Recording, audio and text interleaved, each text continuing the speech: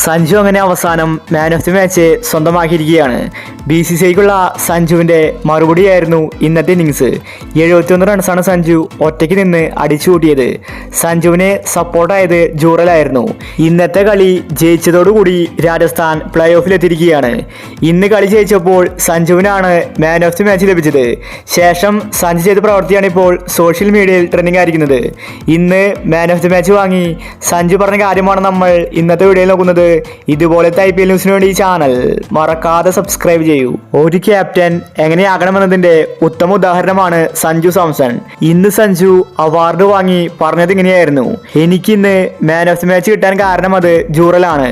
അവൻ എനിക്ക് മികച്ചൊരു സപ്പോർട്ട് തന്നിട്ടുണ്ടായിരുന്നു. ഈ ഒരു കൂട്ടുകെട്ടാണ് കളി ജയിപ്പിച്ചതും. അതുകൊണ്ട് ഈ ഒരു മാൻ ഓഫ് ദി മാച്ച് ജൂറലിന് കൊടുക്കാൻ ഞാൻ ആഗ്രഹിക്കുന്നു. അവനാണ് ഇതിന് ശരിക്കും യോഗ്യൻ. ഓപ്പണേഴ്സ് രണ്ടും ഔട്ടായപ്പോൾ ഞങ്ങൾ ശരിക്കും ഒന്ന് പേടിച്ചിരുന്നു. പിന്നീട് വന്ന റിയാൻ പരാഗും ഔട്ടായി. പിന്നീട് ടീമിനെ താങ്ങി നിർത്തിയത് ജൂറൽ എനിക്ക് തന്ന സപ്പോർട്ടാണ്. ഞാൻ പറഞ്ഞതുപോലെ തന്നെ അവൻ കാര്യങ്ങൾ ചെയ്തു. അതുകൊണ്ടാണ് ഇന്ന് ടീം വിജയിച്ചത്. ഈ ഒരു കൂട്ടുകെട്ടിന് ഇന്നത്തെ മത്സരത്തിൽ ഒരുപാട് ഇമ്പോർട്ടൻസ് ഉണ്ട്.